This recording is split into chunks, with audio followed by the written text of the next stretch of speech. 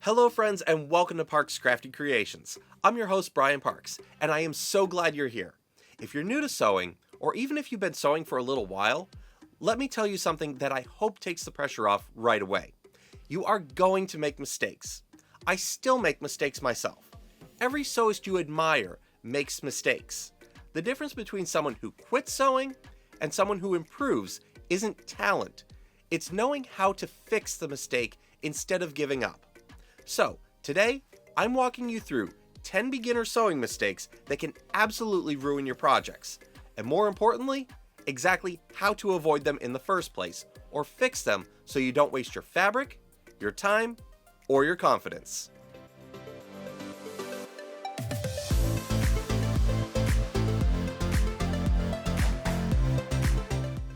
Before we jump in, if you enjoy this content, be sure to give us a like down below, as it really does help out the channel. Do it now, please. And if you're new to our channel, don't forget to subscribe and ring that notification bell icon so you'll always be notified whenever a new video drops. And hey, if you love what we do here, don't forget to share us with your friends. With all of that said, let's get to it. The first mistake is not cutting your fabric on grain. This one is sneaky because your garment might look fine at first, but then you wash it, and suddenly it twists, pulls to one side, or just hangs weird on your body. Woven fabric has a lengthwise grain that runs parallel to the selvage edge, and a crosswise grain that runs across the width, and then the bias which runs diagonally and has more stretch to it. When your pattern piece has a grain line arrow on it, that arrow needs to be perfectly parallel to the selvage. The fix to this is actually more of an ounce of prevention. Take a moment before cutting to make sure your grain line arrow is actually following your fabric grain correctly. Your pattern's grain line arrow must be parallel to the selvage, not just close enough. Also, when your pattern specifies cutting on a fold, make sure your fabric is folded evenly and squared up before you even lay your pattern down. Spending an extra 2 minutes here can save an entire project. Now, if it's already sewn, can you fix it? If it's slightly off, washing and pressing it flat while reshaping it can sometimes help relax the fibers. Steam and gently pull it back into shape. If it's dramatically twisted, unfortunately, there isn't a full fix. But you can turn it into a wearable lesson. Maybe it becomes a house shirt. Maybe it's your practice version. And next time, double check that grain line before cutting. Mistake number 2 is skipping pressing. I know pressing feels like the boring part. It feels like it slows everything down. But pressing is the difference between something looking homemade and something looking beautifully handmade. I'm a firm believer that your iron is the unsung hero of the sewing room. And in my own opinion, a good, reliable iron is just as important as your sewing machine. When you sew a seam and immediately move on without pressing it, the fabric doesn't settle properly. Seams can look bulky, edges won't align correctly, and the entire garment can start to feel slightly off. Pressing actually sets your stitches into the fabric. It helps strengthen the seam and makes the next step more accurate. The fix is simple, but powerful. Press every seam after you sew it. Press before you top stitch, and this next one I know is controversial, but I'm going to say it anyways because I do believe in it. Use steam when your fabric allows it, and instead of ironing back and forth, lift your iron, press down, and lift again. Pressing isn't an extra step, it's part of sewing. But, assuming we're already past that point, your project looks puffy, and the seams won't lay flat, chances are you skipped pressing. You did skip the pressing, didn't you? Yeah, I thought so. I'm not judging, but yes, I'm judging. The good news is, this one is very fixable. Even if the garment is fully assembled, go back and press every seam properly. you're going to find that this is the hard way of doing what you should have done as you went along. But you'll get there. Press your seams open or to one side as instructed. Use steam if your fabric allows. It's shocking how much a finished garment can improve just from a solid pressing session. Sometimes the ruined project just needed heat.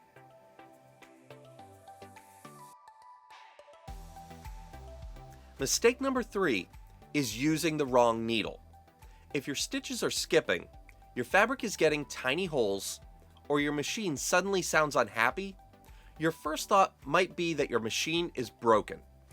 But most of the time, it's the needle. Different fabrics require different needles.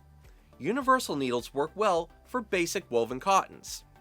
Ballpoint or jersey needles are better for knits because they don't pierce and damage the fibers.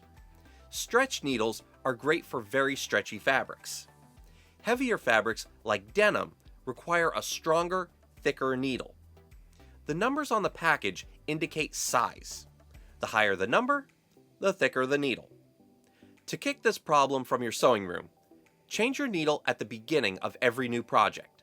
Match the needle type to your fabric, and if your stitches suddenly look strange, try a fresh needle before you do anything else. You'd be surprised how often that solves the problem. If you'd like a more in-depth look at what sewing needles to use, when and how they relate to what you're sewing, I recently did an entire in-depth video about both sewing needles and thread. I'll put a link up here and down in the description so that you can check them out for yourself. Alright, so your sewing machine is skipping stitches, especially on knits, and you already checked that you're using the correct needle. Don't panic. First, stop sewing. Don't keep going. Change your needle. Even if it looks new, if that doesn't fix it, rethread the entire machine. Top thread and bobbin. 9 times out of 10, skipped stitches are either a dull needle or a threading issue.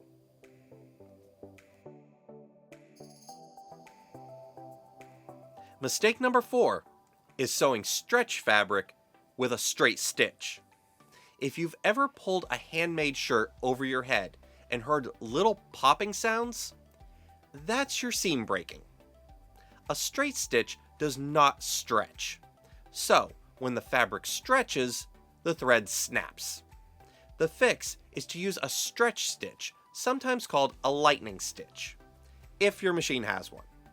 If it doesn't, a narrow zigzag stitch works perfectly fine.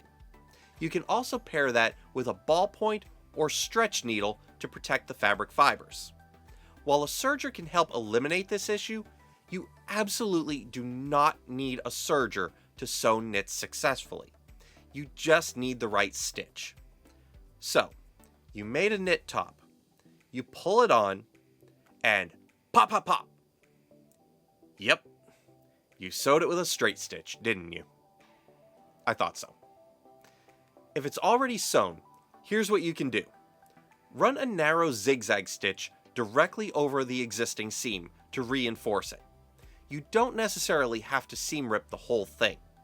If the seam has already broken in spots, seam rip just that section and re-sew it with a stretch stitch or a zigzag. With some effort, you can absolutely rescue it.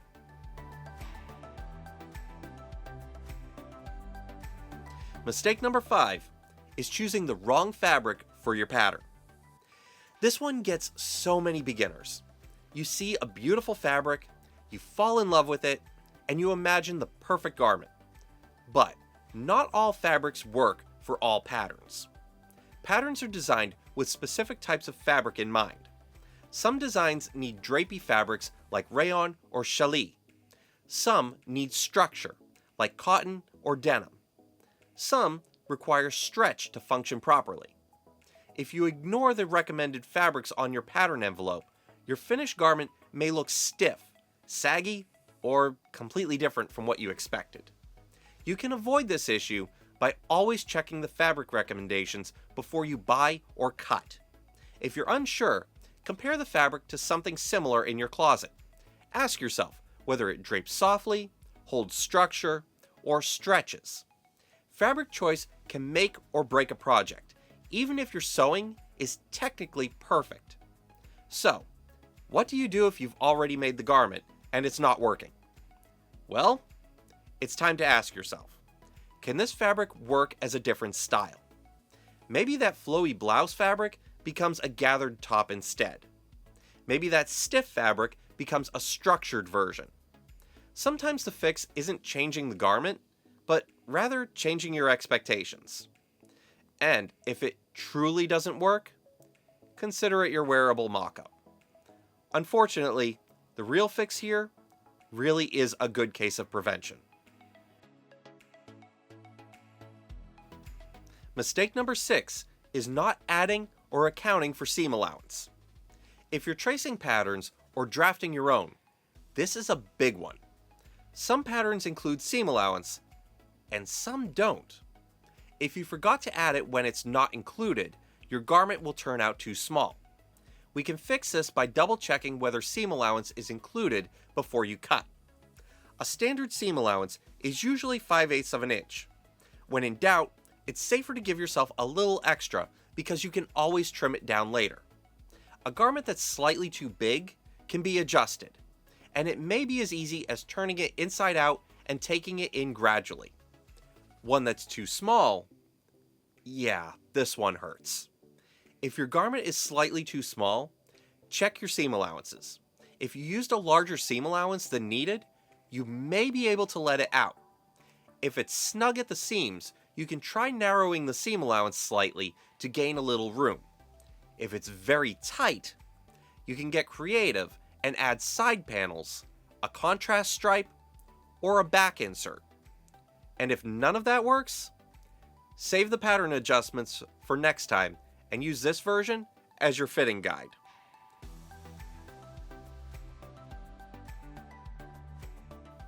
Mistake number 7 is not pinning or notching your fabric pieces. I know it's tempting to skip pinning because you want to sew faster, but when you don't pin or mark your notches, fabric can shift. One side can end up longer than the other, and seams won't match up correctly. To fix this, take the time to match notches carefully before sewing. Pin curves and any tricky areas where alignment matters. Remove pins as you sew rather than stitching over them. Pinning might feel slow, but seam ripping takes a whole lot longer.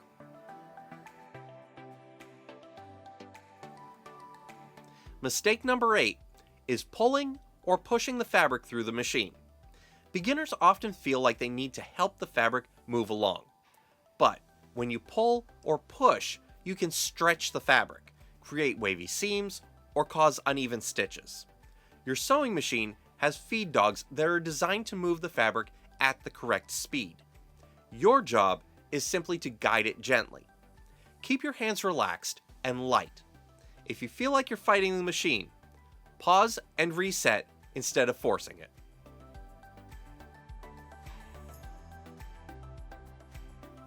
Mistake number 9 is not double checking before cutting. We've all done it. Cut the wrong size, cut 2 left sleeves, or is that just me? Cut something that was supposed to be placed on the fold but wasn't.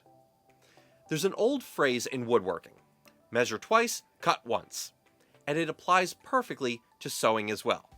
Before you cut, double check your size lines. Confirm that mirrored pieces are placed correctly.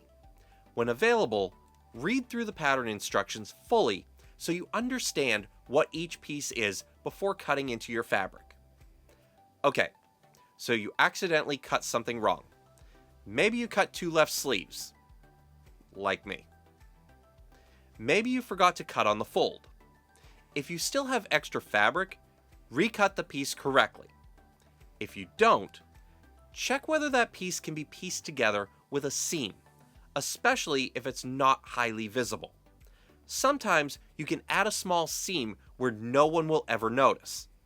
Worst case, you've learned to double check before cutting next time.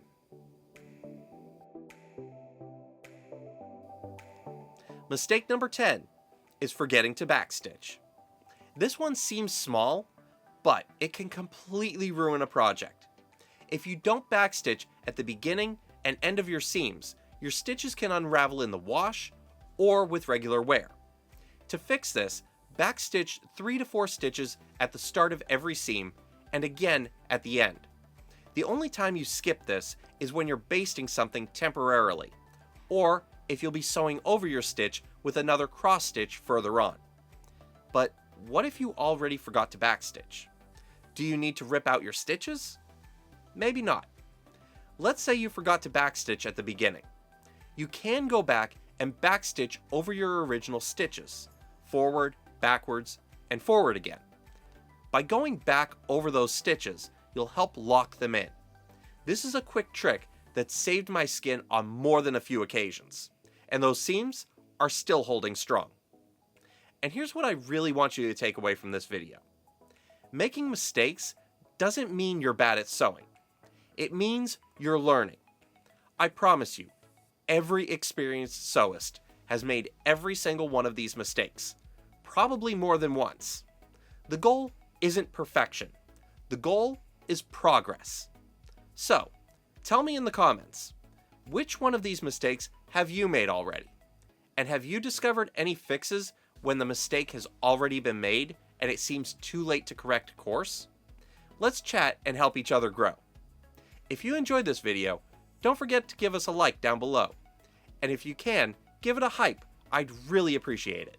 It helps others like yourself discover the channel and helps us grow. And if you're new to the channel, don't forget to subscribe and ring that notification bell icon so you'll never miss out whenever a new video drops. Thanks so much for joining me today. I've been Brian Parks for Parks Crafty Creations. Happy sewing, and we'll see you next time.